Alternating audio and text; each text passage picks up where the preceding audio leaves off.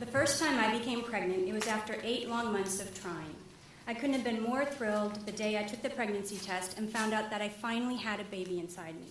And I remained thrilled until a few months later when I realized that the baby I had inside me would eventually have to come out, one way or another. Or at least that's what everyone was telling me. You see, when you're newly pregnant, all anyone talks about is the adorable baby stuff. The baby toes, the baby smell, that sweet little baby mouth. But then, right around the 6-month mark, you suddenly find yourself sitting around a campfire while everyone you've ever met holds a flashlight under their chin and tells you the most terrifying story of childbirth you've ever heard. When I had my daughter, I was in labor for 5 solid weeks, said my neighbor. My water broke in the grocery store, and I delivered triplets in the produce section, said my hairdresser. My nephew's wife pushed her baby boy out so hard that one of her eyeballs popped out too, said my garbage man. Good thing the doctor caught it. And I can't even repeat the birth story that a clerk at Babies R Us told me because it was so horrifying, I immediately waddled over to the crib section, climbed inside one, and curled into the fetal position so I could suck on my thumb till I calmed down. Why do people think that it's okay to scare the hell out of a pregnant woman? Well, it's not like we have a lot of bladder control to begin with. When I told my mom I was really nervous about childbirth after hearing these stories, she told me not to worry. She said it was no big deal. In fact, she continued, she actually enjoyed giving birth to my sisters and me.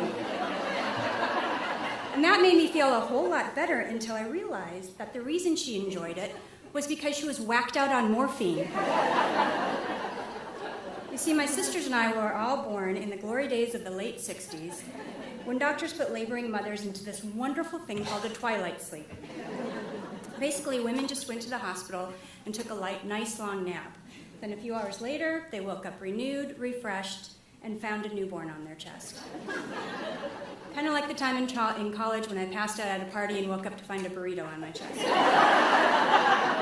It's totally true. Of course, now twilight sleep is no longer an option, which meant that when I was pregnant, random strangers felt compelled to ask me if I was going to have natural childbirth or if I was going to use pain medication. Well, I don't know, I started to say after the millionth person had bothered me. But I was on a hell of a lot of drugs when I conceived this baby. So I should probably be on a hell of a lot of drugs when I give birth to it. You don't have Courtney Love's number, do you? But despite all the nosiness and despite all of my fears and worries, I still went into my first labor and delivery with high hopes. I'd read a bunch of books, done prenatal yoga, and my husband and I had taken a Lamaze class together where he learned to hold up his fingers to guide my breathing in the he-he-hoo way. I just knew that my childbirth wouldn't be as bad as everyone had led me to believe. Yeah, here are a few of the highlights. While every single orifice of my body was hooked up to some kind of machine, my husband was across the room complaining that the recliner he was watching TV in just wasn't that comfy on his tushy. Not long after that, I realized that my attempts to control my pain with Lamaze weren't working, mostly because my husband, who had finally gotten up from the recliner, wasn't actually giving me hand signals meant to manage my contractions. No, he was giving me hand signals meant to make me breathe out the Vanilla Ice song, Ice, Ice, Baby. Hee-hee-hoo-hoo.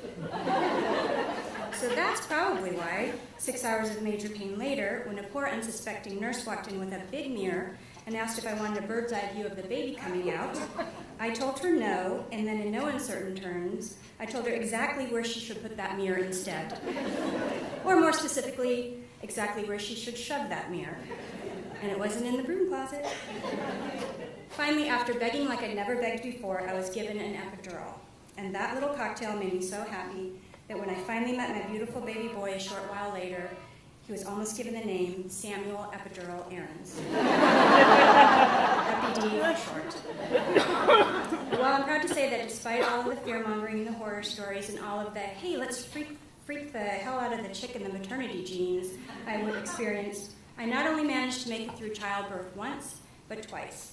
And while those certainly weren't the best times I've ever had, I was still handed a really, really great gift at the end. and most important, I didn't lose an eyeball.